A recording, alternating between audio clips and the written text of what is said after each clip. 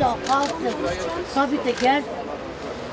Tabii 5 dakika beklesin. Belki o gelsin. Gitmiyor. Yüreğinizdeki yangını, içinizdeki sızıyı hissediyoruz, görüyoruz. Ben burada Haziran ayıyla başlayıp sizin evlatlarınıza kavuşma hasretiyle buradaki bu sivil, yürekten sade çağrınızı son derece anlamlı buluyorum.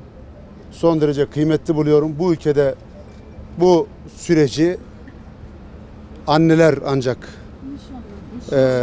onların yüreğindeki sevgi, o merhamet, o sade çığlık durdurabilir. O yüzden bütün annelerin bu sizin çağrınıza ses vermeleri ve herkesin buna yankı vermesi son derece önemli.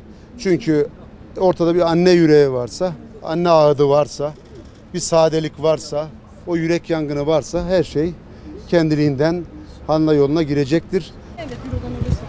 Teşekkür ederim. Ömer.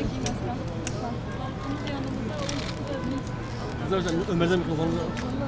Emin olun ki ülkedeki her annenin yüreği. Yani insanlar buraya gelmekte zorlanabilirler ama herkesin duygusu da, duası da burayla. Arkadaşlar burada bir yürek yangını var. Burada yüreğinden konuşan insanlar var. Tüm sadeliğiyle, tüm doğallığıyla, bir anne hassasiyetiyle burada fevran eden insanlar var. Dolayısıyla duyup da etkilenmemek, görüp de duygulanmamak, gözyaşına gözyaşı katmamak imkansız. Biz eğitimciyiz, öğretmeniz biz. Biz bu terör belasına 142 arkadaşımızı verdik ve 142 arkadaşımız şehit oldu. 283 okulumuz terörden zarar gördü ve birçok okulumuz yakıldı. Karne alacağımız zaman içeriye merminin alındığı günleri yaşadık. 135 cami bu anlamda zarar gördü. 11 Kur'an kursu zarar gördü. Din görevlileri bu anlamda zarar gördü.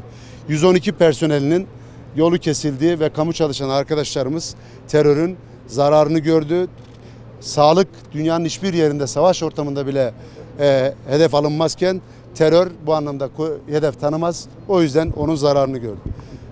Bizim bugün buradaki bu ziyaretimiz bu annelerin yürek yangınına, gözyaşına gözyaşı katmak, onların hissiyatına ortak olduğumuzu, bizi arayıp başkanım bizi oraya götürür müsün? Biz oraya gitmek istiyoruz diyen arkadaşlarımıza bu anlamda ben sizin selamınızı götürdüm arkadaşlar. Teker teker ben sizi oraya getiremem. Türkiye'nin her yanında bu anlamda arkadaşlarımızın selamları var. Burada samimi, her türlü politik mülahazanın, her türlü siyasi mülahazanın dışında, her türlü bu anlamda istismarın dışında son derece sade bir anne hassasiyetiyle buradan bir çığlık yükseliyor, bir feryat yükseliyor. Her sabah uyandığında evladını göremeyen bir annenin burada yürek yangınını ifade ettiği ve toplumun tamamını etkilediği ve insanların da bulunduğu yerden buraya yüreğini kattığı bir süreç yaşanıyor. Ben bu süreci adım adım takip ediyor ve buradaki insanların duygularına ortaklık ettiğimi bu vesileyle ifade ediyorum. Türkiye terörden çok çekti. 20 bin insan başladığı günden bu tarihe kadar 18 yaşın altında 20 bin çocuk, okul çağında çocuk terörün kurbanı oldu. Buradaki aileler de çocuğum okul çağındaydı, elimizden alındı, götürüldü, kandırıldı diye feryatlarını ifade ediyorlar. Birleşmiş Milletler'in Çocuk Hakları Konvansiyonu var. İnsan Hakları Örgütü'nün bu anlamda çalışmaları var. Dünyanın her yerinde çocukların bu konuda teminat altında olması, korunması gerekirken Türkiye'de bu anlamda terör konusuyla bu raporlara girmiş bir ülke. O yüzden çocukların yeri eğitimdir, çocukların eli kalemdir, çocukların eli silah tutmaz, kalem tutar. Çocuklar sırada ter döker, geleceğe çalışır. O yüzden biz eğitimciler olarak bu süreci adım adım takip ediyoruz. Necmettin Yılmaz öğretmenini kaybetmiş. Şenay Aybüke Yalçın öğretmenini kaybetmiş. Bunun gibi 142 arkadaşını bu konuda kaybetmiş eğitimciler olarak. Bu konu aynı zamanda eğitimcilerin konusu. Dolayısıyla o öğrenciler bizim öğrencilerimiz. Türkiye genelinden özellikle bayan hocalarımızın arayarak buradaki annelerin çığlığına, annelerin yürek yangınına ortak olmaya yönelik hassasiyetleri bir öğretmen hassasiyeti, bir eğitimci hassasiyeti. Çünkü o çocuklar onların çocukları.